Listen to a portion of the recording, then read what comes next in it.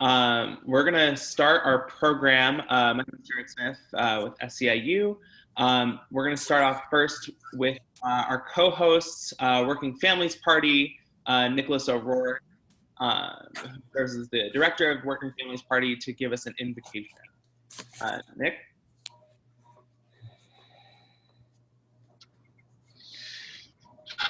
Good afternoon. Good afternoon. So grateful for the opportunity to be able to be with all of us today to discuss something so absolutely essential and important. Let us open with an invocation at this time. For this amazing day, we give thanks. For the gift of life that is so often taken for granted, we are grateful. For the opportunity to gather as people concerned for the livelihoods of the many. We take this time seriously. To be reminded of the fact that housing is not a privilege, it's a human right. And that when any of us are suffering, it is upon all of us to make sure that we look out for, as you have called, the least of these. Guide us through this time of town hall and convening to provide clarity for us to be able to fight the good fight towards creating a just society. Through our collective human values, we serve you. We say, Amen. Proverbs 29:7. The righteous care about justice for the poor, but the wicked have no such concern. Good evening, everyone. My name is Karen Harvey, and I am the director of the Philadelphia Rent Control Coalition. The Rent Control Coalition was formed in the spring of 2019. It is the coming together of city stakeholders and grassroots organizations to address the unfair and, in many cases, illegal housing practices and systematic gentrification of communities and neighborhoods in Philadelphia. The coalition's member organizations are Reclaim, One Pennsylvania, Community Legal Service, the Philadelphia Tenants Union, Neighborhood Networks, Turn, Stadium Stompers, Philly Tenant Support Organization, Philly Socialist, Lilac, Socialist Alternatives, and the BBWC. Philadelphia is in the throes of gentrification. We're seeing rents doubled and sometimes tripled, while incomes in our communities remain unchanged. Senior homeowners are being coerced into selling their properties for pennies on the dollar because real estate taxes have climbed to levels they simply cannot afford. Their incomes are fixed and their homes are essentially being stolen by big developers. The thieves update the properties and escalate the rent, making them unobtainable to the persons displaced. Without a cap on rent, Philadelphia's most vulnerable tenants, specifically those lowest on the income scale, the unemployed, underemployed, and single-parent households of color, are far too often being forced into homelessness or must rent slumlord properties unfit for human habitation. The coalition has agreed to fight any entity that supports those developers in their attempts to rob and pillage our neighborhoods. If you're a Philadelphia resident, you know that housing is getting more expensive, and for many of the city's poorest and most marginalized residents, it's becoming impossible to remain in the city. Not coincidentally, these are often the long-term residents of Philadelphia, and they are being replaced by a younger, whiter, and richer set of newcomers moving into the communities and driving up the cost of rent. The most important solution to this problem is to pump the brakes on the increasing cost of rent, which is driven primarily by landlords increasing rent. Around the world and in our country, there is a simple and effective policy which achieves that goal: rent control. Rent control protects tenants from excessive rent increases by creating a schedule of reasonable and gradual rent increases. As if their housing concerns didn't already seem insurmountable, in March of this year, the COVID-19 pandemic invaded all of our lives. COVID-19 is a crisis unlike any in our living memory.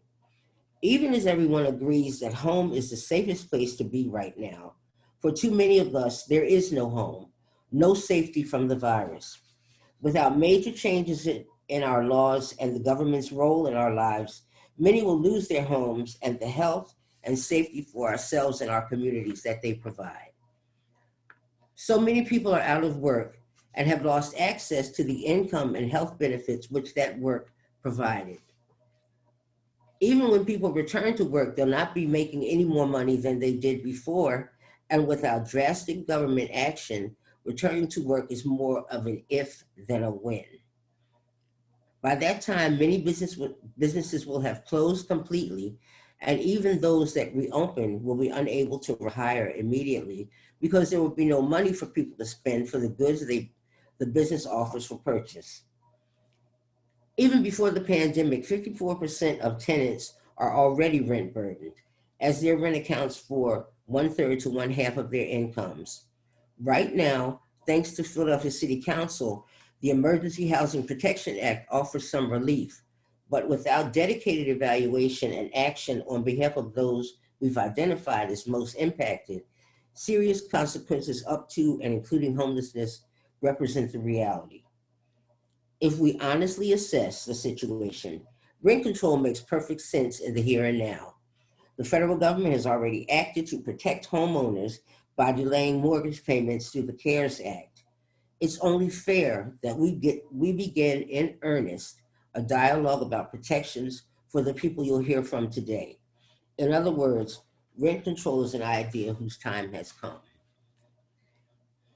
Rent control will reduce displacement of our most valuable citizens as it prevents rent from skyrocketing when neighborhoods and urban communities are developed and allows tenants to save for reasonable rent increases, further providing housing affordability. Rent control represents a win-win for developers and tenants alike.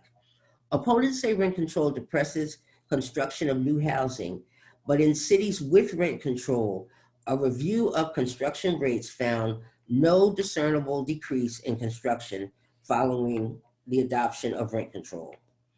Rent regulations keep money in the local economy by allowing renters to redirect money that would have been spent on housing increases. Subsequently, the city's small businesses would benefit as consumers would have more money to spend for goods and services of neighborhood vendors. Additionally, rent control still allows landlords a fair return on their investment. There are many myths about rent control, but a critical eye shows that these are just poor excuses for these life-saving and essential regulations. In the months ahead, the Rent Control Coalition will be hosting similar town halls throughout the city where tenants will be given the opportunity to share experiences, allowing further exploration of how and why rent control is a realistic alternative to the current housing debacle in Philadelphia. We believe that you will come to see the real question for Philadelphia is not why rent control, but when. Now, Steve Paul from 1PA will offer some Philadelphia housing facts. Hey, thank you, Ms. Karen. Mhm. I'm going to share my screen.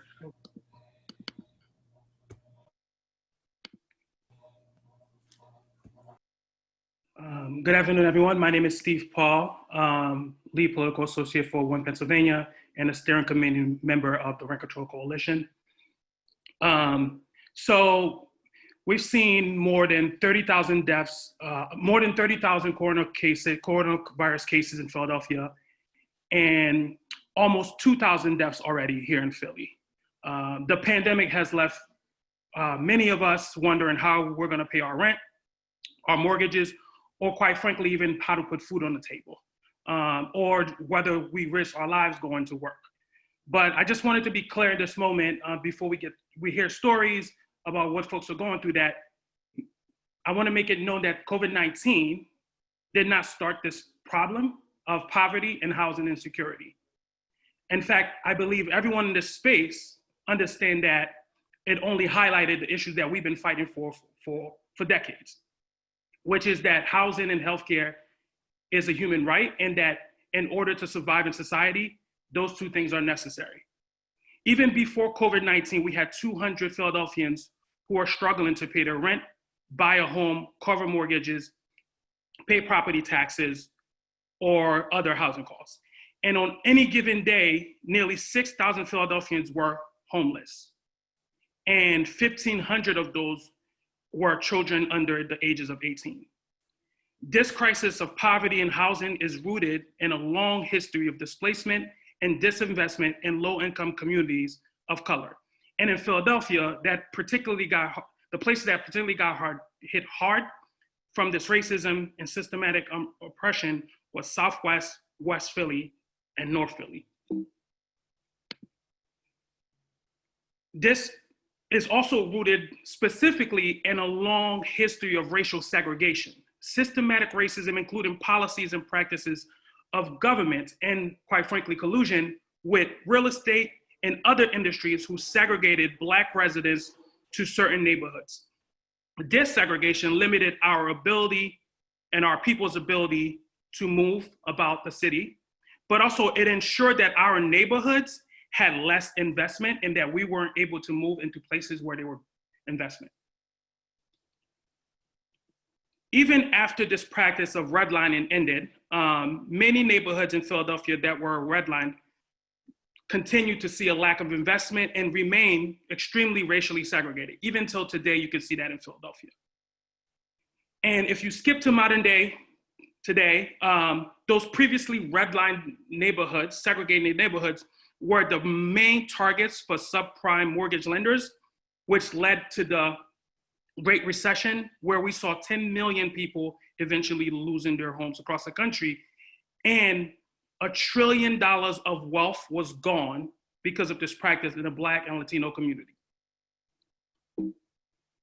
And because homeownership is unfortunately tied to wealth in this country, and the two are linked, redlining and other racist housing practices greatly contributed to the racial wealth gap.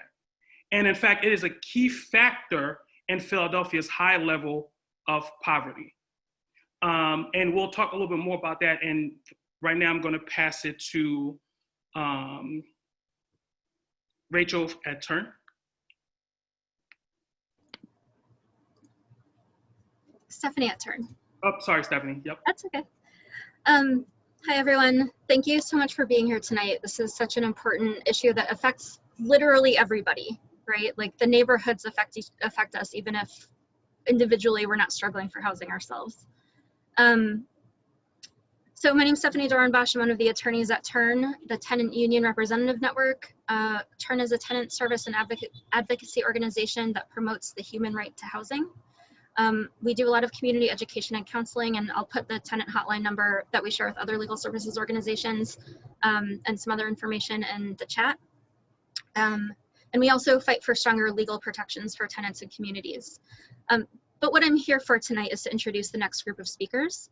We have 7 Philadelphians here who are going to share their experiences in the rental market and in watching their neighborhoods change over time.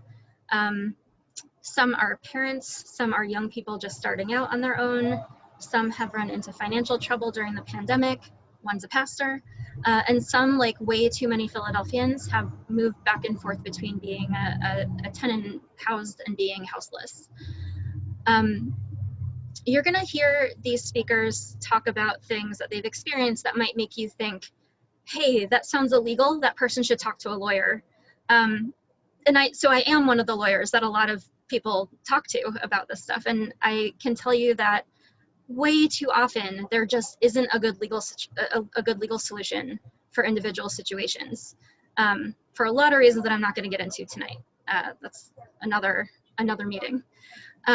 But everything that these speakers are going to talk about are issues that my colleagues and I hear literally thousands of times per year, just our one little organization.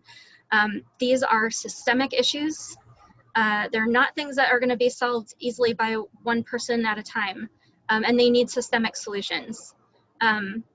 Ms. Karen talked about rent control, and I just want to say that, like, the Rent Control Coalition is a host of this event.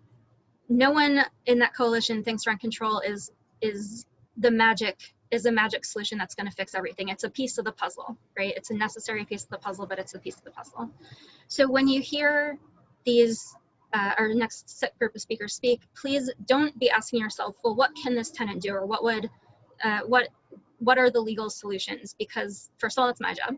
And second, for way too many, like I said, there's just nothing that's going to get them the outcome they're looking for a lot of the time, like way too often. So instead of asking yourself that question, I'd like you to be asking the questions, why is it so hard out there for so many people? And what do we need to change to make it a little bit easier and a little bit more equitable, so people can live safely and, you know, not have to worry about every single day the place that they're living in. So we're going to do this in two groups. The first group is Andre, Shapri, Stephen, and Dominique are going to speak. There's going to be a little break for Stephen from 1PA to come back in with another fact. And then we're going to move on to Gladys, Pastor Price, and Samantha. So Andre, if you're here, you're up. Unmute yourself. I'm sorry. Shapri, you're on deck. 1 second, I'm handling an emergency. Can you give me about 5 minutes? I'm sorry. Sure. Shapri, would you like to go first? Okay. So I am a mother of 3 living in Southwest, and in less than a week's time, I'll be homeless. I've been renting from a slumlord for the last 4 years. This house is definitely not safe, and it's pretty close to uninhabitable. I live throughout the winter without heat, and I'm currently living in a place where I can't even cook. At this point, like, I don't even know what my next move is going to be. The only thing I could do right now is make sure that I could find somewhere for my children to sleep. After that, it is what it is. I've been trying to find housing for the last 6 months, and all I keep running into are walls, mostly telling me that my unemployment is hindering me from being able to have housing.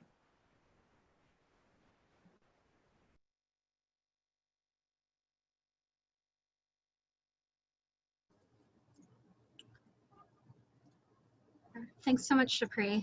And Stephen, do you want to come up? Yeah.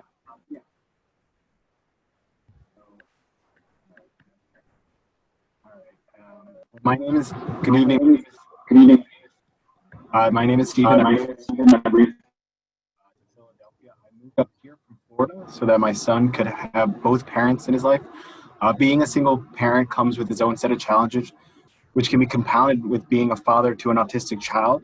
The resources and services were not readily available to us down south, so I was willing to take the chance and relocate to provide him with better opportunities. Sadly, the biggest struggle that I've had is securing housing to raise him. And now that struggle's only been exacerbated by the coronavirus pandemic. I've searched for months for affordable housing before I got lucky and found a sublet. While I'm grateful, it means that I have to share space, and my son has to go back and forth between 2 different households with multiple people living in each.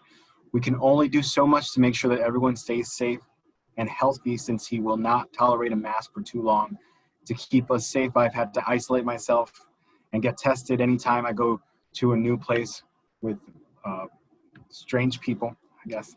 With finding somewhere to live, you have to give up a lot of autonomy to appease landlords who hold so much power over their tenants.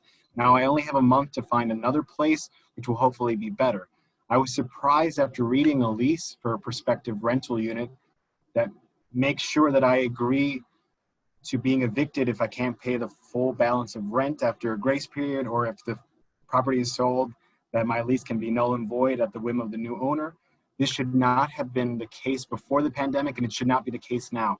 It's exhausting already to jump through so many hoops just to afford a piece of security and comfort, and it makes me think about the lengths that other working families have to go through to make sure that they can keep a roof over their heads and put food on the table.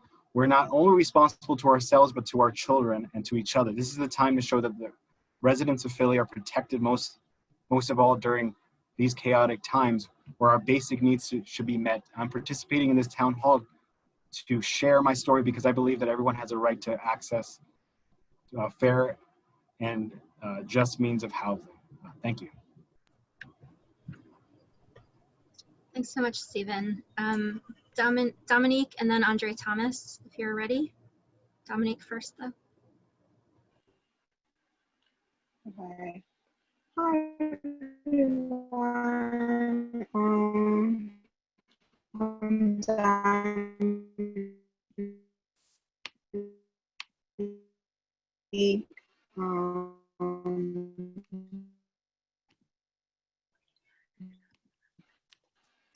I work at People's Emergency Center. Hey, Dominique, we're having some trouble hearing you. Can I ask you? As an organizer for Youth Pillars Stand Up, and I have all that, and especially, okay, let me move somewhere else. Sorry. Hey, Dominique, I think we're having some trouble with your audio. Would you mind holding off for a second just to let it catch up? Okay. Do you mind waiting? Can we let Andre Thomas go and then come back to you and see if it's working better? Hey, Andre, are you available? You ready? Okay. Okay, thanks, Dominique. Yes, I am. Okay, great. Thanks so much. You're welcome. Dom, you're on deck right after he's done, okay? Thank you for your messed up the order. As has already been said, what people are experiencing is not something that has been brought on by the COVID-19 pandemic, but has only served to exacerbate growing problems. And so as the senior pastor of Mount Olivet Tabernacle Baptist Church in West Philadelphia, we're located right on the edge of Penn and Drexel's campus. And so we have seen firsthand the effects of the gentrification of the neighborhood. Just to give a kind of personal story, myself and one of our leaders it was New Year's Eve after worship, a new member of our congregation had recently been displaced, and I believe she has 3 young children. And so after service, after consulting with the leader at the church, I drove to North Philly, picked them up, and found somewhere for them to stay for a few days through the New Year's holiday. And the reason why I bring that up is because we are seeing more and more families and people who are coming into the area and who are feeling the effects of the displacement. That the West Philadelphia is quickly becoming an area where people who have lived there for decades can no longer afford to live there. Developers are coming in, and so and I'm so glad to just be on here and have a few moments to speak because we really have an opportunity to say to policymakers, to politicians, that we need to make a choice for the people and the citizens of Philadelphia. We have seen the federal government give bailouts to Wall Street, and it's time that what we have now dubbed are called essential workers, those who day in and day out risk their lives to keep things going, to provide essential services, that we ought to look out for Main Street. And so thank you. Thanks so much, Pastor. And Dom, do you want to try again? Yeah, can you guys hear me? That's so much better. That's great. Thank you. Okay, all right, cool. It was because I was in my room. My room has the worst service. So yeah, I'm a young adult right now. I just started renting out. I've lived in my place for a year now. But I was homeless, like couch surfing and like staying with friends for about like 4 years before I finally found a place. I've stayed like all over. I've stayed in like all the places that you guys basically named: Southwest, West, North Philly, where Black people are being the most impacted. And while I was still in school at the time in the beginning, I was still in school. I was working, and it was really hard for me to find housing because I didn't fit the criteria, or like how like for the most part housing is set up right now. It's like it's really expensive even for a studio and for a 1-bedroom, and for somebody who's like 18 or 19, $1,000 at like the least is like out of the question. I can't even afford that. I don't even make $1,000. and that like affected school and all that. And so I still worked, or I always did something regardless to make sure I still had money. And even though I had the money, I still couldn't find housing. And there are like supportive housing places like Project Home and stuff, but even then there's only so many units that they can provide to the whole entire city for youth or for people in general to make it affordable.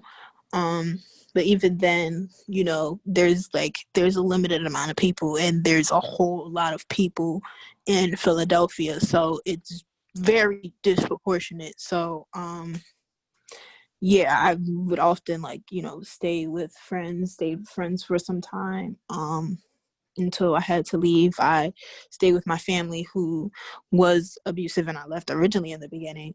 I stayed with them for as long as I could, but it limited the amount of work I could do because I had to be in within a certain time. And for me to even make, money, especially like food and retail, you have to really like commit. And, if they ask you to stay at like 10, 11 o'clock at night, then you have to do that, or else you don't have a stable job.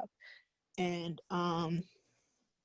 so yeah, then I left my family. I stayed at my significant others at the time, where I wasn't paying rent, but I still had trouble finding housing because I didn't make enough money, and there weren't any supportive housing places or permanent housing places that supported, well, not that there's not, but there's very few that there's very few in so many places, because there's just a limited amount of units in the city, because there's no money, so people are using the money that they can find and get the units. So yeah, I guess the one thing I want to say, I guess the main point that I'm trying to make out, like especially with youth homelessness, like couch surfing and like being doubled up and stuff like that is a big deal.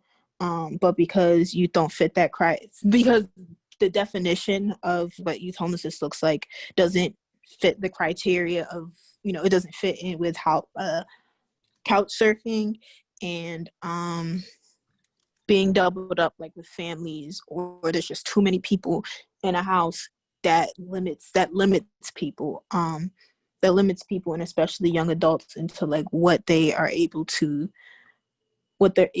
apply for and like get in and get the resources they need.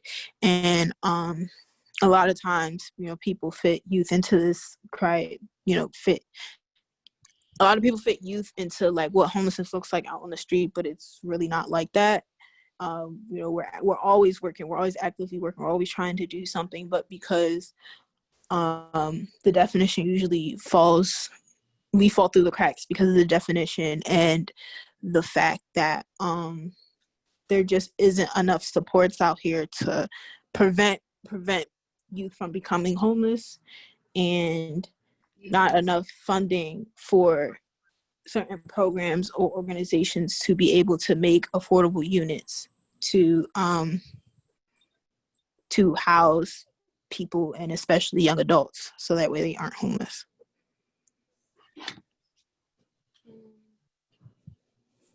Thanks so much, Dom. And we're gonna go back to Stephen from 1PA for another background fact, and then we'll go back into our next group of speakers. So after Stephen goes, Andre Thomas, Gladys, and Samantha, you're on deck after that. Great, thank you. Share my slide.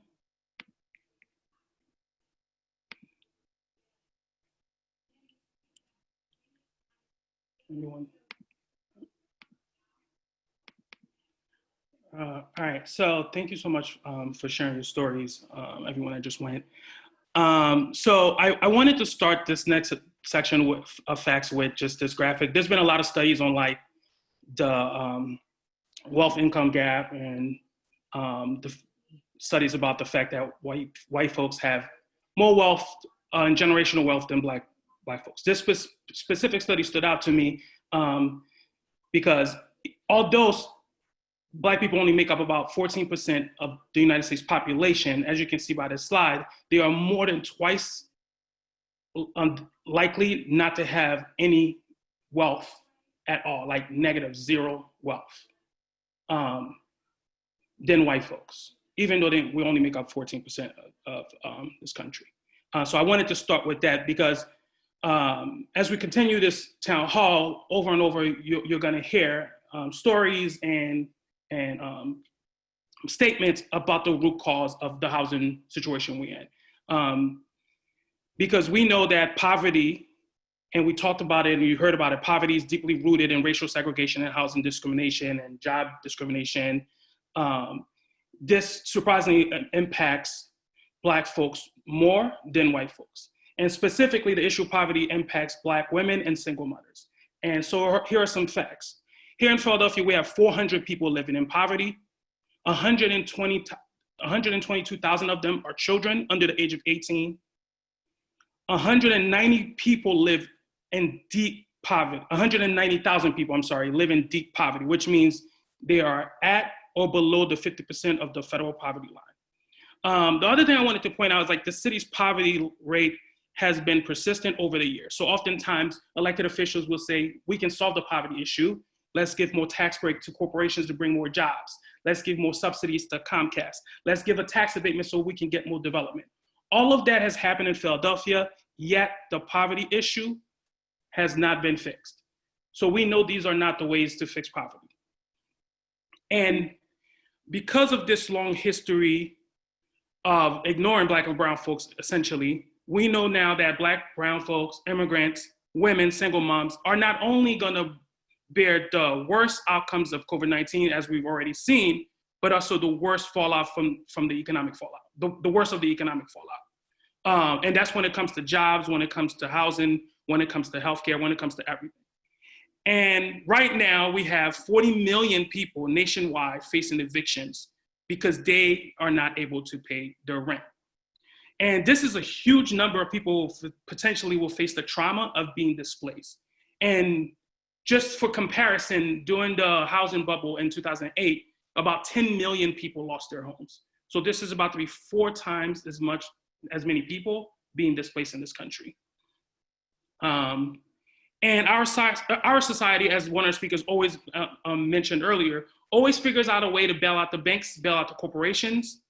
We're even seeing that now as corporations get the large chunk of bailouts from the relief packets that are being introduced in Congress due to COVID-19. We're seeing corporations and banks get bailed out while we're struggling to ask for $600 a week of unemployment.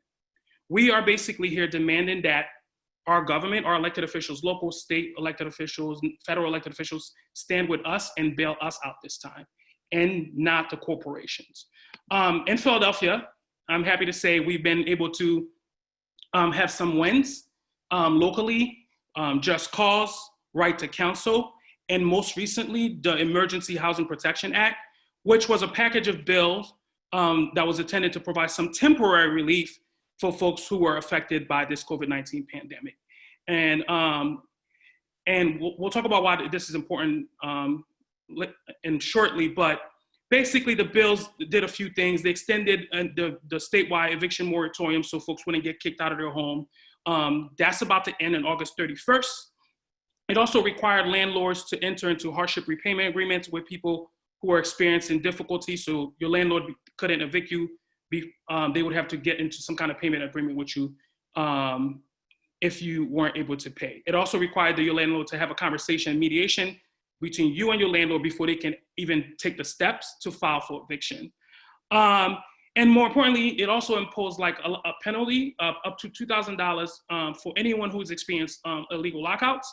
They were able to sue and get some financial reward for having to go through that experience. But I say that to say this was a temporary measure and we need more. And we know things like rent control are, as Stephanie said earlier, is part of the solution. But we also need folks to cancel rent and cancel mortgages. No one should have to pay for these things while we're in a global pandemic. So And now I will turn it over back to Stephanie. Thanks, Steve. So next up are just 3 more testimonials from Andre, Thomas, Gladys, and Samantha. So Andre, you ready?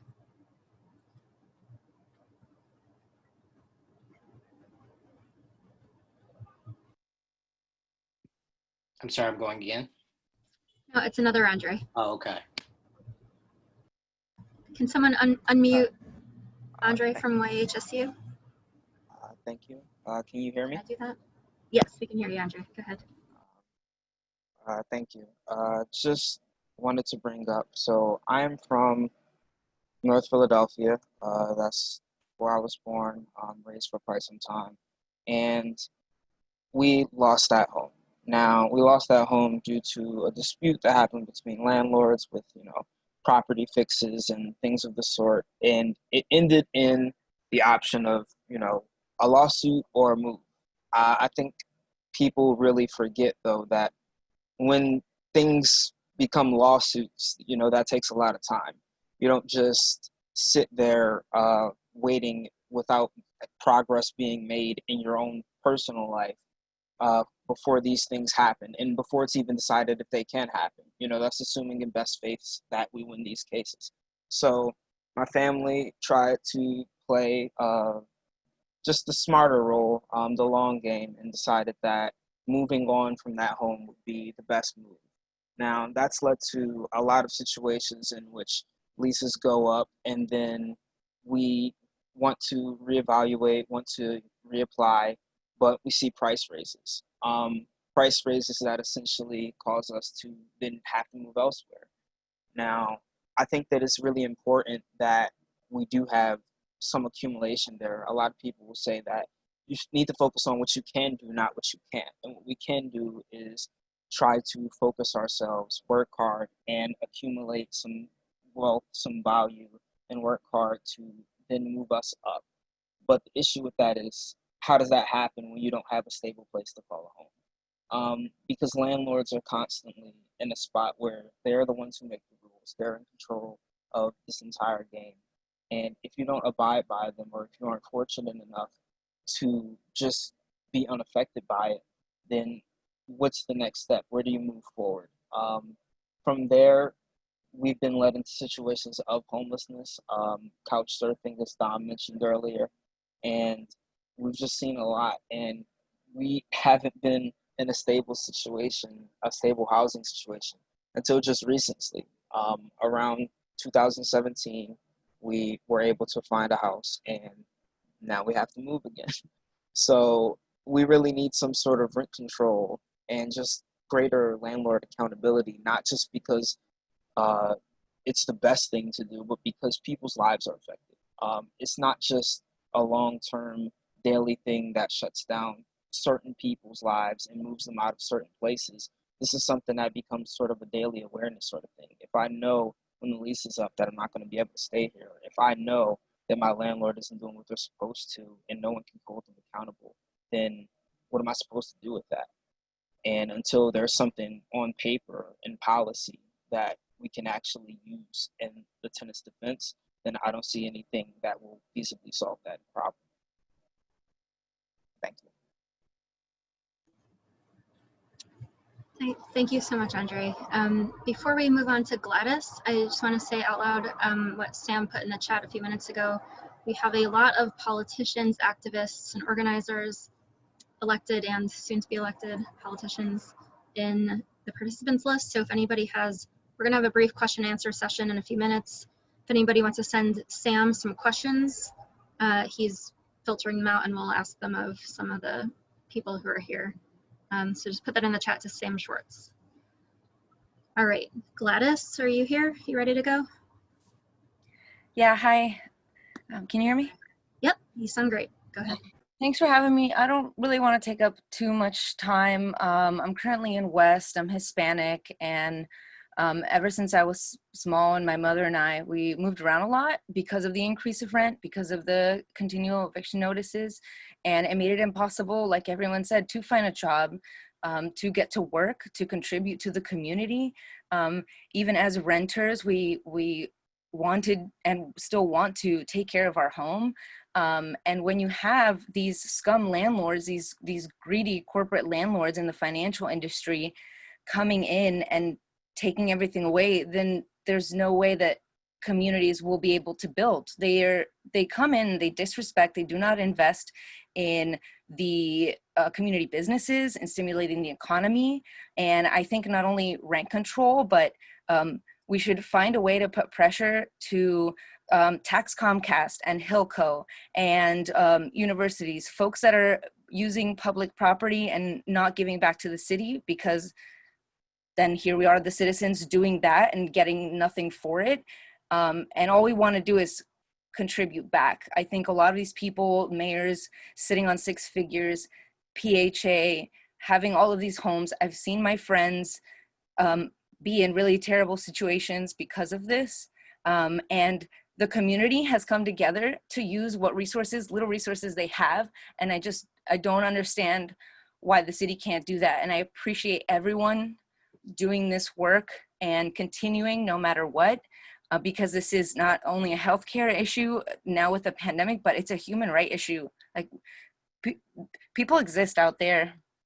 And I think that we're not gonna stop until they hear us out. And thank you so much.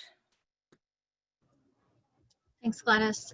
Samantha's up next. I'm gonna stop talking once I turn over to Samantha. Before I do that, I want to thank everybody from all of the Rent Control Coalition organizations, from everybody here.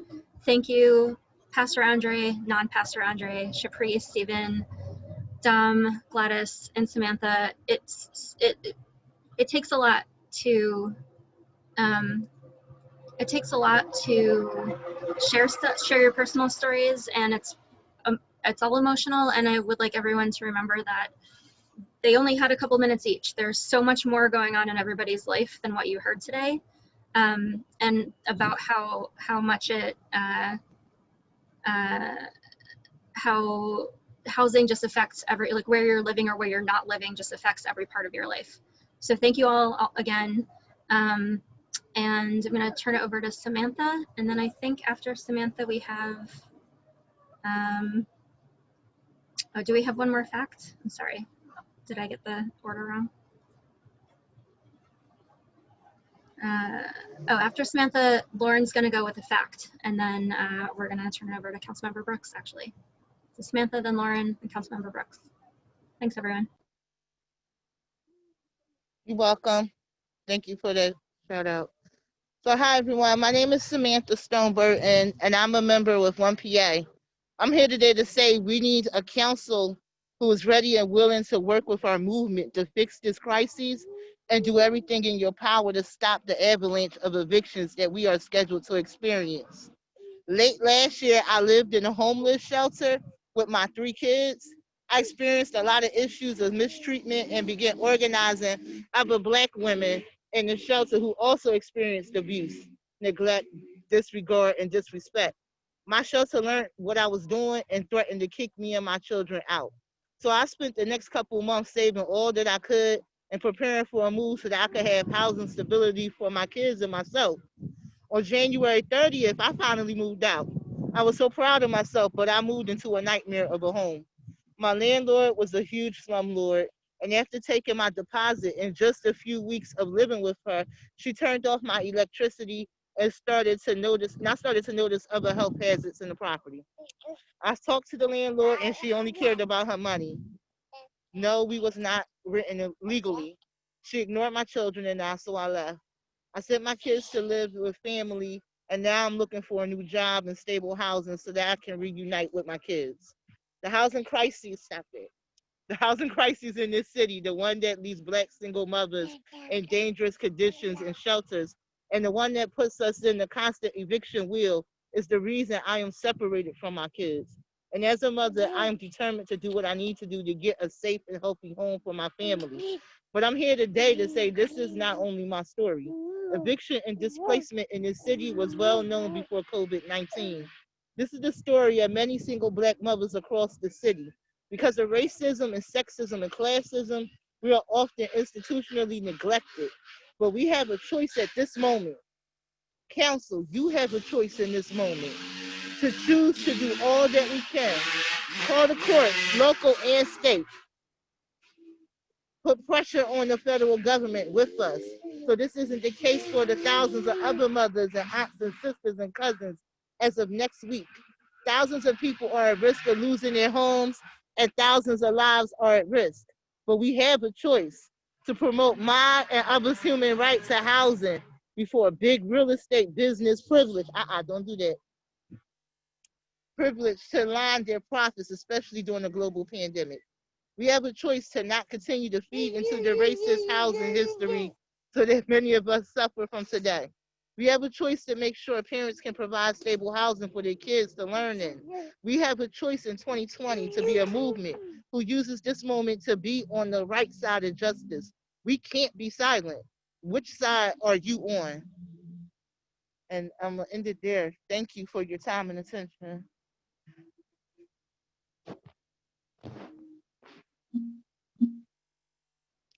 Hello?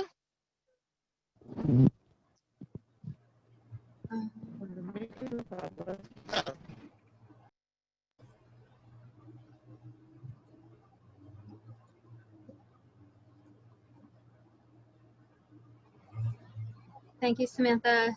Lauren, I believe you're up now.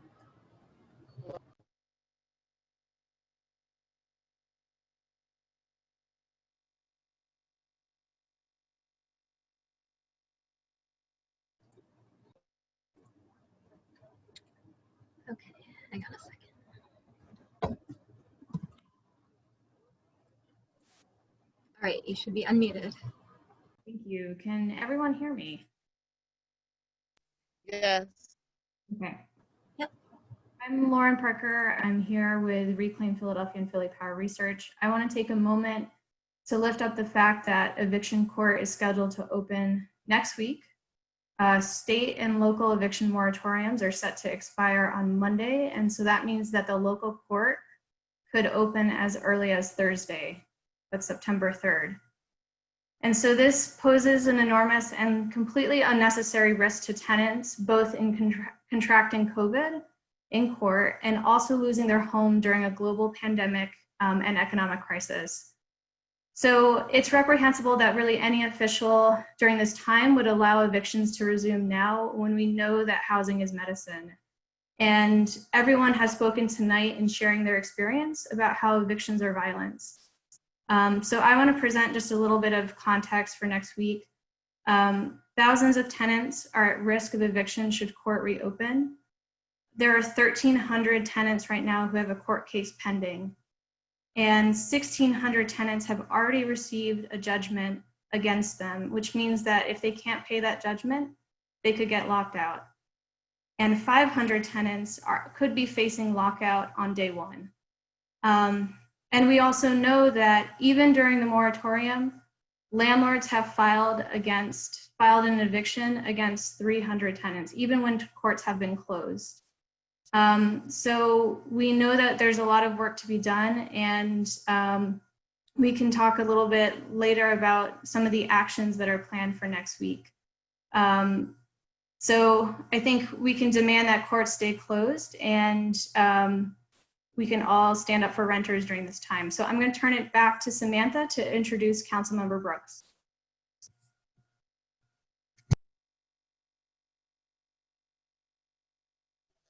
I'm sorry, I had to take it off mute. Okay, so it's an honor for me to introduce our next speaker, Councilmember Kendra Brooks. I remember the moment after we at 1PA officially endorsed Kendra, thinking we are about to elect our first independent party to a big office in this city. And then when we did it, when we won, that meant everything to me. We made history in this city. We showed the country that we want a more diverse political party system. Put that down. That was a great first step. And Kendra is a mom like me, who had housing issues like me. And whenever she met with 1PA leaders, she didn't waver. She was steady with her values and commitments, and she still is, fighting alongside so many of us for just housing in this city. It means a lot to feel truly represented and advocated for. Without further comments from me, I would like to turn it over to Council Member Kendra Brooks to speak.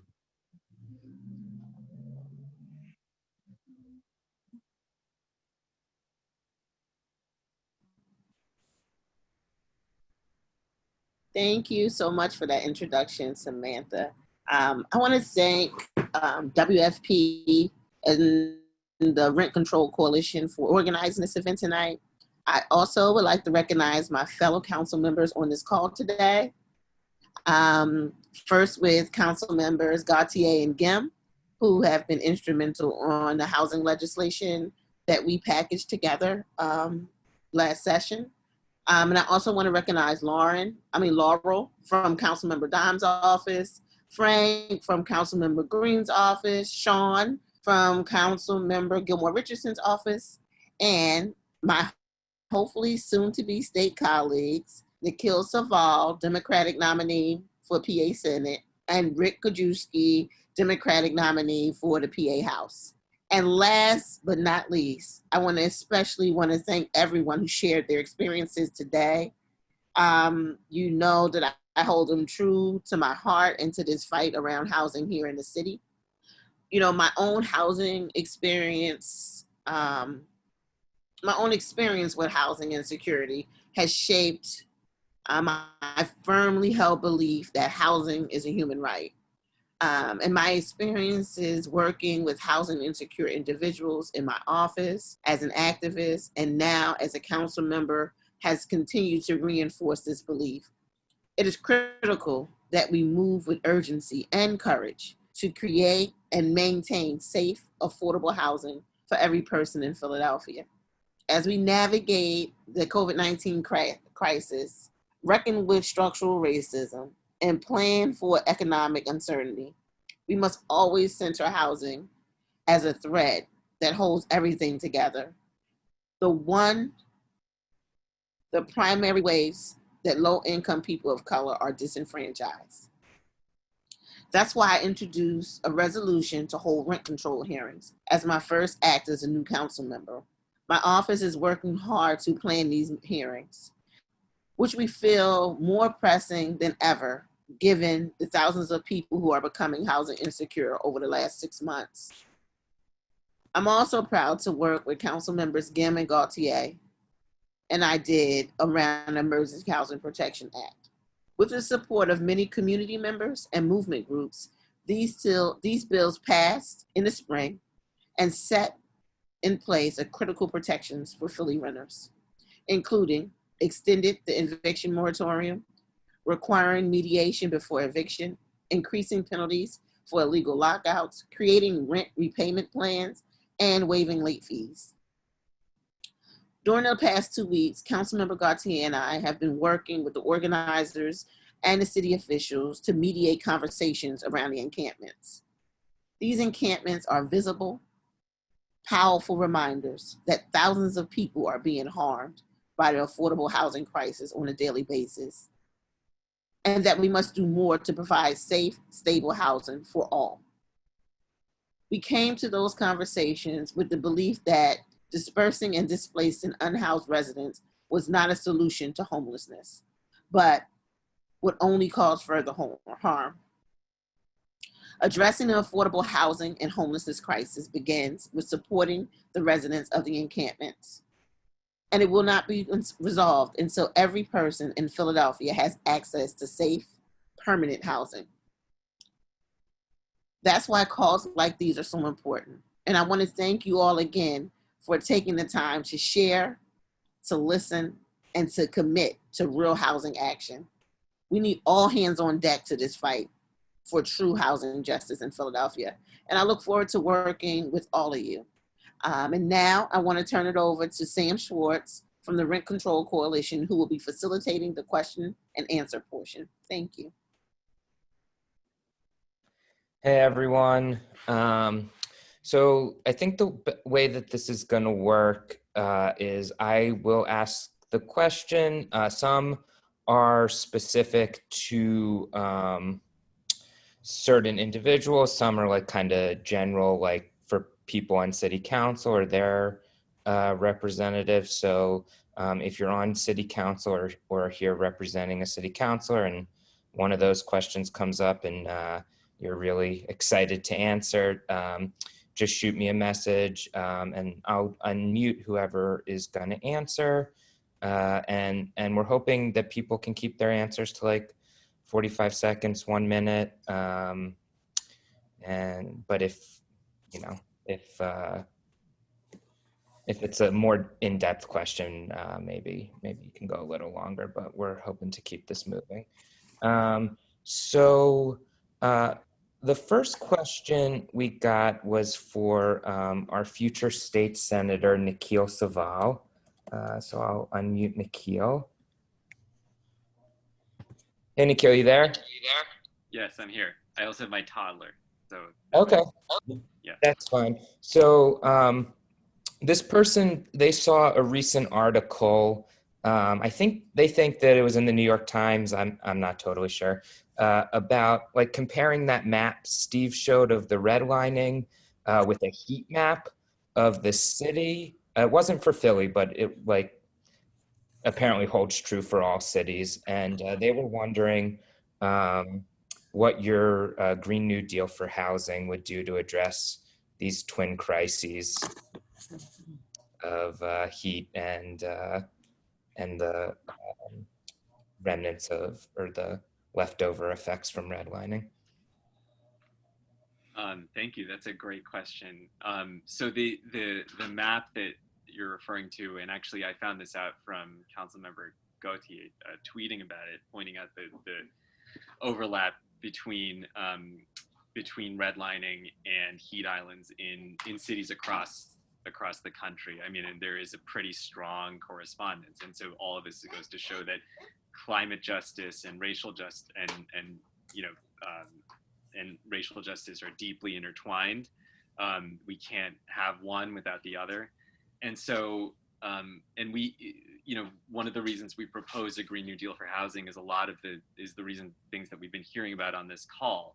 And I'm really grateful to everyone who spoke and shared their points of view and their experiences, which is that, we experience, our housing is not just its costs, but it's also repairs. It's also the fact that people live in housing that is not taken care of, not kept up. They live in conditions that where no one is paying for upkeep, for heat, for utilities, for things like that, and that affects their lives to a huge degree. And so we ran on a Green New Deal for housing, on a homes guarantee that included a Green New Deal for housing, on the idea that we need to make our lives can be better and our housing stock can be better, and people's lives can be improved if we simply invest in that housing. So what we want to do is no one, I think what came out of this pandemic is a feeling, I hope it is held by all of us, that there is never a good time to shut off someone's utilities, never a good time to shut off someone's access to potable water, never a good time for any of these things to happen. So we have to ensure that never happens. We need more publicly controlled utilities. We need to ensure that housing is retrofitted and they have the best heating and cooling systems. This is not incidental. We need this to be efficient. It will make costs way cheaper. It will create jobs for people to actually retrofit this housing. And long term, what this does is we build housing is a huge source of emissions. Infrastructure is a huge source of our global carbon emissions, is about 40%. And most of these, and as the redlining and heat map showed, much of the effects of this are felt in poor neighborhoods of color. And so this is why we need a Green New Deal for housing that is focused on neighborhoods where people are suffering the most. And so I believe that what this would do is really alleviate a lot of the burdens that people are going to feel. And frankly, we are going to feel them. We can mitigate the climate crisis, but we're already past the point where we can stop it altogether. So we need mitigation. We need to get ahead of it. And we need to put people to work in those neighborhoods, so we make sure that all of our homes, and especially our poorest and working class neighbors of color, have homes that are clean, healthy, safe, and sustainable. So there's a lot of work to be done, but this is a start. Thanks so much, Nikhil. All right, we got a couple of questions for Council Member Gautier.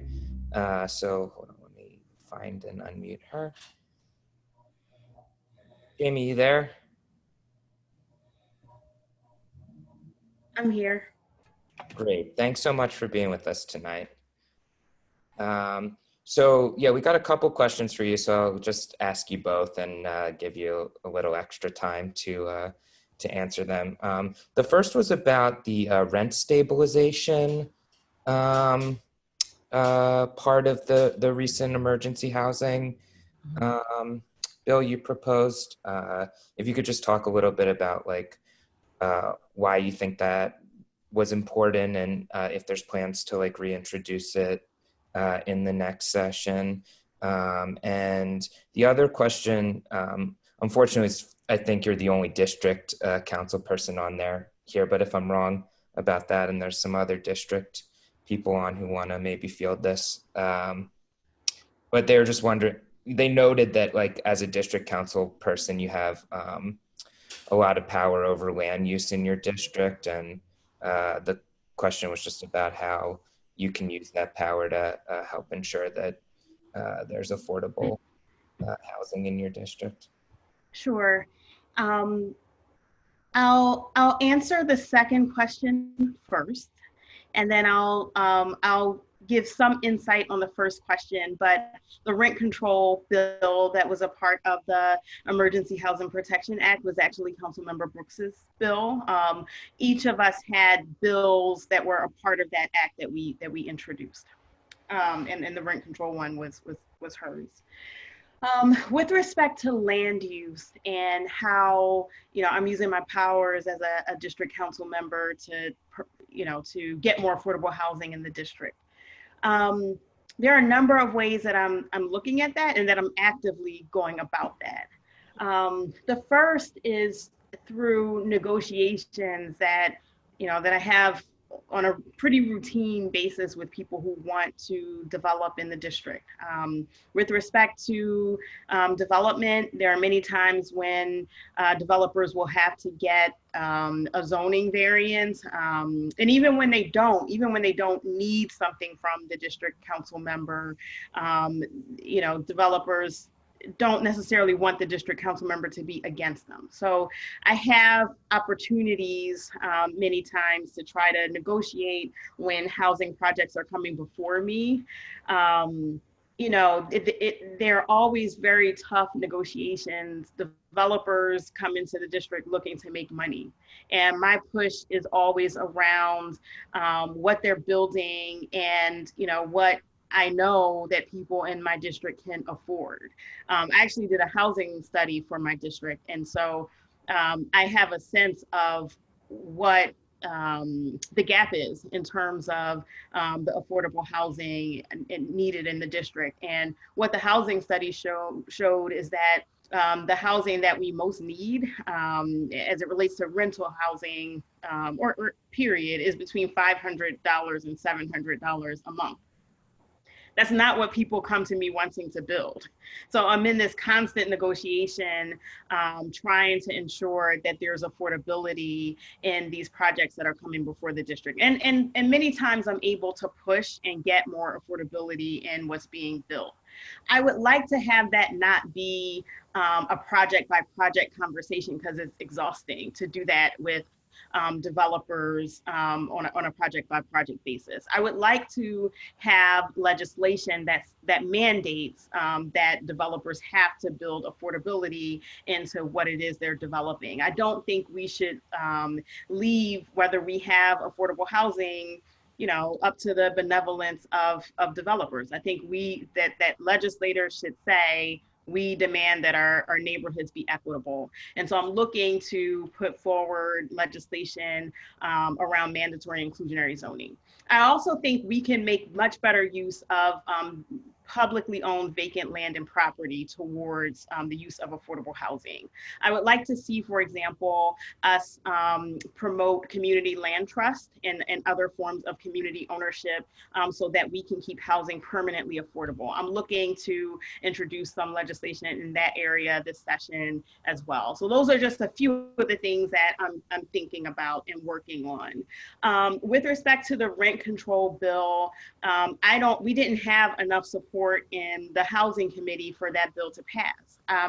If I'm giving my opinion, I think that council members are fearful of rent control. I think we need to have more conversations about it and talk to them more about why this is critical for our neighborhoods. And I also think that the landlord lobby is pretty strong, right? And so they're coming to council members and talking to them about why it's a terrible thing. And so we did not have enough support for it to make it out of committee this time, but I will pass it on to Councilmember Brooks to talk about her plans to reintroduce the legislation.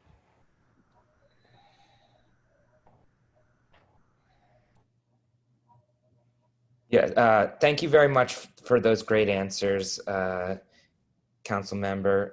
And yeah, to you, Council Member Brooks, the same question about why you supported the rent stabilization piece in the first place, and if you plan to reintroduce it in the next session. So one of the things I would like to add, like I ran on rent control, right? Part of my campaign was centered around making sure that Philadelphia was affordable for Philadelphians. Why we introduced it during this time, because we realized that folks were already cost burdened with housing. We realized that even within this package, all the securities that we put in, for example, not being able to charge late fees is not going to be helpful if a landlord is able to use increased rent as a way to get you out of an apartment and further fuel the gentrification that we see in certain neighborhoods. The rent stabilization and rent control is still very true and dear to part of the legislation we want to move on. Like Councilmember Gautier, we mentioned we didn't have enough support, so we have so much more work to do. That's why it's important that these rent control hearings that I introduced as my first piece of legislation in council, it's important that we move forward with those hearings on rent control to continue to garner support, and also for Philadelphians in the community to build up a lobby base that's stronger than a landlord lobby base. Like the reality is that come Monday, thousands of folks will be forced or hit with evictions, and something has to be done.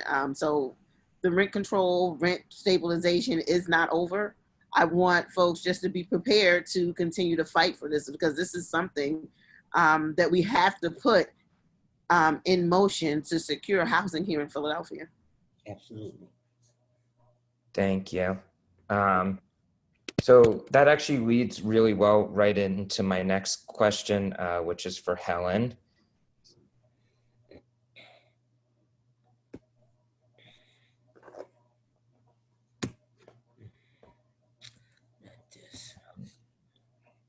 Is Helen's, oh, there we go. So yeah, like Kendra mentioned at the end of her question, with the eviction moratorium is ending, and a few people sent this question about whether City Council is planning to extend the eviction moratorium at least through the end of 2020, when you guys start back up again in September. Okay, so hi everybody. I'm pleased to join you. I also want to just thank members and folks who testified, especially some of the young people, Andre, Dominique, and others. Your lives are the most important things to us, and I've been trying to figure out since I came onto City Council in 2015, how to build a better space. I'm proud with council members Gautier and Brooks to lead the Emergency Housing Protections Act. It was the biggest policy effort that I believe was led through council, and I think that it couldn't have come at a more important time. And I just also am really clear that in 2015 or 2016, when I first came on, we were in a wholly different space around how we were talking about renter protections, how we are building a housing for justice movement. I think speaking to a little bit of the earlier comments that were made about why we couldn't get rent control through, it's because it's a huge fight. And, you know, I don't think it's a matter of if, it's a question of how we learn to win. My mission when I first came in was not to win policy by policy by policy. And I know that a lot of us are on here because that's kind of how, you know, we're trained to think. My mission coming on here was to build a big, loud, unstoppable housing justice movement that would start with a few sets of things like right to counsel, a tenant legal defense fund, the first ever line item on youth homelessness that's now funded, you know, $2 million has gone towards that. It's to build a huge and unstoppable lobby that can counter the housing as a market-based commodity that is destructive to communities and to Black, brown, and immigrant communities in particular. So I'm happy to talk about individual policies. You know, for me, we are going up against like the biggest issue of our time, and we're not going to be able to do it by bits and pieces. City Council does not even come into session until September 10th. The moratorium expires August 31st, and I was successful in getting the courts to close down the courts so they couldn't even take eviction filings until September 2nd. That being said, even in the best case scenario, legally, we would not be able to get a moratorium through until close to the end of the month, even in the best case scenario. So, so we're gonna have to work on multiple fronts, which means like it's not just this one thing that we have to hang our hat on. If we have it, we, you know, we win. If we don't have it, you're a bunch of losers. That's like not how we need to think. We really need to think very strategically. So there is the court front, and I think we got to get loud and aggressive about the courts. It would be great if there was a demonstration, you know, on August 31st in front of the courts, you know, talking about the end of the moratorium and making sure that, you know, they have the power to close down the court. They don't have to open up on September 2nd. They don't have to accept filings. They don't have to do 50 evictions every single day. They don't have to use a landlord-tenant officer who is, you know, some kind of strange entity that is not accountable to the public. They don't have to execute on 400 evictions every single week like they did in 2019 pre-pandemic. They have the right to cap. We could do 10 a week. You could keep it really low. You can offer outcomes. We also need a city council that, you know, it's not just about staving off evictions. Everybody on this call knows what it's like to see the bills rack up. And just to feel like you're further and further and further away every single month from even finding a space through it. It's not like, you know, something magic is gonna happen. So we want to get rent subsidies top on our list and have them go through landlord tenant court. Like they just, you know, a lottery, very good. It meets a lot of needs. But if we're trying to stop the horrific evictions that are happening in landlord tenant court each and every week, then we need a pot of money specifically devoted to people who are facing imminent eviction. We need to talk about, you know, we have, and I want people to know that there have been advances. It's not like nothing has happened. You know, we have seen leadership changes, for example, in the courts. We have an opportunity to press forward on stories about the landlord-tenant officer or surprising types of evictions.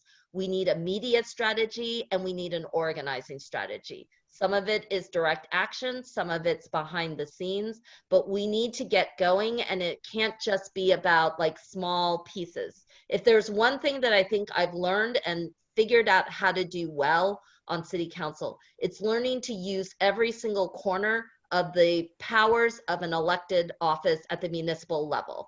I'm not the mayor, I'm not the governor, and I'm definitely not the president. but I can figure out how on city council we can stretch the boundaries of what's possible. So if you don't have the law on your side, then you can make the bully pulpit. If you can get a meeting, get every single meeting that you can. If we can work in partnership together as inside and outside kind of forces that push our council and our city and our courts forward, and also our state and legislature, let's do that. We should have an immediate dialogue with state legislators right now, asking them how they're going to modify, you know, the $1.3 billion in state CARES Act money that is sitting currently unused right now in Harrisburg. Like, that money needs to be going out to support renters. The state can also come up with different strategies. They have more money than we do. But we have the ideas, we have the people power. And I think if we like kind of keep working together, and our focus is on a housing justice movement that keeps winning and keeps redefining why housing has to be the most important issue, and why people like, you know, Samantha and Andre and Dominique and so many others need to be the leading voices on this, we can change things. But if we're kind of focused in on really narrow kinds of stuff where we're at a disadvantage, we're gonna kind of have to, you know, like patchwork our way through. Doesn't mean we can't do it, but you know, there's an immediate nature, there's an immediate step forward, there's a long-term step forward. But I think we should just keep planning all that stuff together. Great. Thank you so much for that response, and thank you for being here. I think we have time for one last question, and this one is for Karen, who is the head of the Rent Control Coalition, and our question asker wanted to know, like, why rent control? Why is that such an important policy for you? Why are you heading up a rent control coalition? Okay, thank you for the question. You heard everything I had to say from the beginning, but I guess what's important to me is the fact that there are so many people who cannot afford the rent in the neighborhoods where they live now or neighborhoods where they grew up. So many of our seniors are being affected because as large developers come in and build properties, real estate taxes in those neighborhoods go up. And in return, if you can't pay your real estate taxes, you can't stay in a house. Also, a lot of the houses, the families in our community live in multi-generational houses, so that it may have been grandmother's house, but now mom and her children also live there. If they can't afford to pay the rent, or if they can't afford to pay their real estate taxes, and they have to leave and there's no place to go. I have been a resident of this city for all of my 67 years. And I grew up in West Philadelphia, about 10 minutes from where I live now. I can remember a time when nobody wanted to live in West Philly. When they couldn't run away fast enough. I remember white flight to the suburbs in the 70s, the 60s, 70s, and the 80s. Now that the inner city has started to redevelop, there's access to transportation that will get you in town to work in less than 15 minutes. There are supermarkets, there are hospitals, state-of-the-art hospitals. University of Pennsylvania and Children's Hospital come to mind immediately. The white community is now interested in moving back into the inner city area, into the urban areas. And what happens is, just what I said, developers build large-scale apartment complexes or condominiums, and eventually the actual residents of those communities are pushed out. The poor and disenfranchised can't afford to live in the suburbs. They can't afford the transportation to get back and forth to work. And those are, I guess, just some of the reasons why rent control is important to me. All right, thank you so much. I'm gonna turn things over now to Shakia Canty from 1PA, who is gonna give some closing remarks and let everyone know what they can do to bring about housing justice here in Philly. Thank you very much, Sam, and thank you to everyone who's spoken tonight. Again, my name is Shakia, and I'm the Philadelphia lead organizer with One Pennsylvania and a steering committee chair for the Rent Control Coalition. Thank you all for joining us. We've heard it here tonight, the stories of people who are near or already experiencing homelessness. Stories of mothers living with their children without heat and running water. Fathers struggling to make ends meet and protect their families from being evicted. Faith leaders trying to figure out how to help people to keep them in their homes. Young adults and parents who have already lost their homes due to increasing rents, and landlords who do not regard their lives, health, and safety. We will remember your stories. And we shared some political education around why these realities exist. Racial segregation through redlining, a process that kept Black people in dense, poor, disinvested areas and full out denied our access to equity then and for decades to come. The same communities that were redlined and politically and economically neglected then are the same ones struggling with poverty and higher rates of death now. That is no coincidence. And in this city, a city that has one of the highest rates of low-income home ownership for Black and brown people, some 10 years ago, because of racism and subprime mortgage scandals, many Black and brown families were hit hard during the mortgage crisis. Wall Street walked away benefiting. And they have learned since then not to invest in mortgages, but to invest in rents. So rental units are on the rise. Home ownership is going down, and Wall Street is at it again, working to profit through the same systems of racism and classism and sexism and all of the institutional ills that we know exist. And they have sent loud and clear messages that they are heading to every major city to invest in rents, rural areas too. In this great city, we have former Wall Street bankers and developers right now training landlords on how to profit off of people's poverty. And we have corporate landlords on the rise. One, which is preparing to evict near 100 tenants next month. 100. Most, if not all of those tenants are from Black, brown, and migrant communities. And what are we called to do in this moment? As a movement, as a council, as public officials, in the year 2020, what are we called to do? Which side of history will we be on? This coalition of people leading this call has decided that we are called to act in response to this injustice. Many of our loved ones are sick and passing away because they or someone in their family are forced to work to keep a home because racism left us without wealth.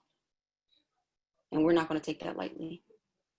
We're going to act. And I'm going to take this moment to share. Can y'all see my screen?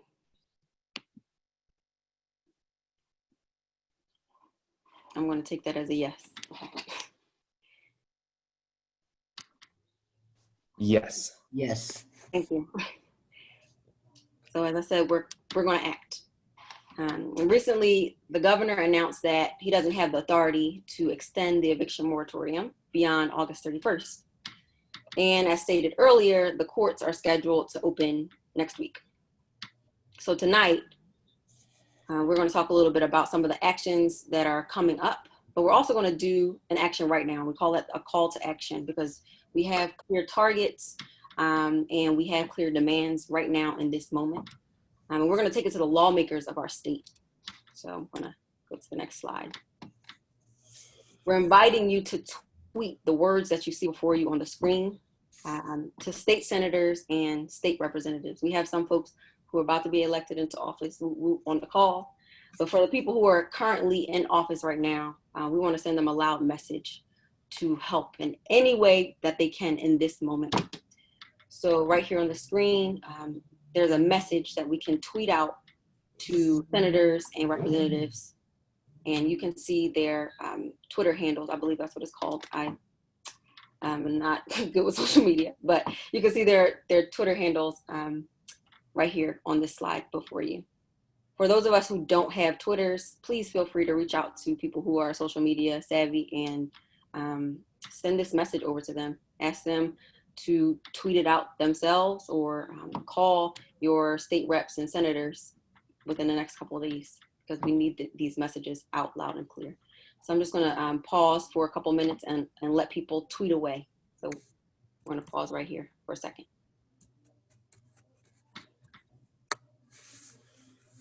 Please go.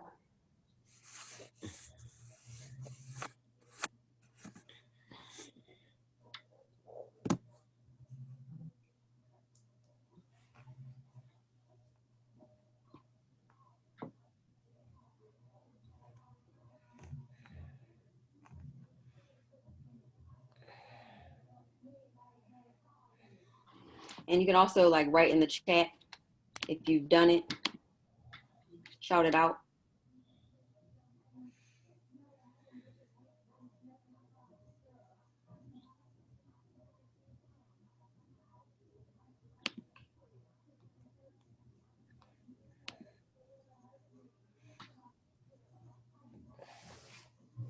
You're welcome to post to people's Facebooks as well. We don't have the Facebook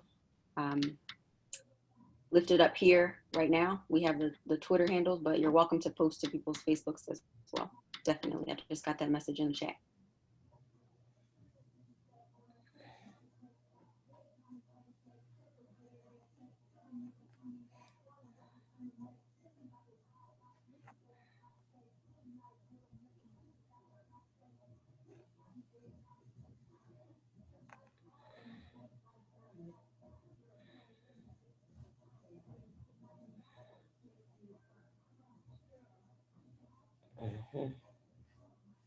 Okay. Okay, awesome. And again, we can send these slides to you as Sam lifted up in the chat, so you can continue tweeting throughout the next couple of days to hold our elected officials accountable in this moment. Here's another, and I'm gonna move forward. You can keep tweeting though. And while we know that you come back on September 10th, Council, and know it might not be in your hands at this moment, we know you have power. And I want to say thank you to Council Members Brooks, Gautier, and Gem for your words tonight. You began working with us during this crisis with the Emergency Housing Protection Act, and we thank you. But as we are all saying, we need more to protect thousands of people from eviction right now. Help us to stop the courts from opening. Call on the state with us. Call on the federal government with us. When you're back in session this fall, meet with us and push council members who aren't on this call to meet with us too. So we can have conversations around housing and land that leads us away from racism and toward a plan for housing for all at rates that reflect our pay in the next decade. We want to thank you again, community members and council members, for joining our call and our call to action tonight. I have one last slide for you. We mentioned earlier that we have a couple of upcoming events. And shout out to Mr. Barry in the chat. We have a couple of upcoming events. As we all know, there are many people without homes living at encampment sites around the city right now. And we are trying to protect their rights to stay on those encampment sites. So if you have any questions or want to support the work that's happening, please check out @CampJTD on Instagram for more details. PTU has a training coming up to build general skills and holding protest roles for eviction defense actions that they're going to be doing in the coming months. And that training that they have for folks is scheduled this Saturday, August 29th at 2 p.m. And they're going to be meeting in Fairmount Park by the Smith Memorial Arch. And Reclaim. we're talking a lot about the courts and how it's really important. Shout out to the Judges Accountability Table. It's really important to pay attention to the courts in this moment. So they're going to have an action where we're able to, as a movement, call to demand that the courts stay closed early next week. That bit.ly link is right here, but I'm going to ask if Lauren, if you can drop that in the box, in the chat box for people to see and be able to click on if they're interested in joining that. And 1PA is also hosting a training next week, September 1st, to learn more, for folks to learn more about the Emergency Housing Protection Act and their rights if they're doing eviction defense actions, also in preparation for the coming months.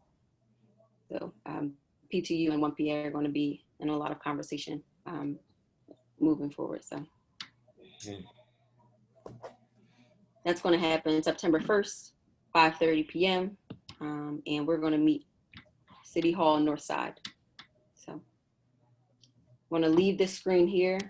But again, I want to say thank you all to everyone for participating tonight. And if we don't get it, shut it down. There it is. Thank y'all.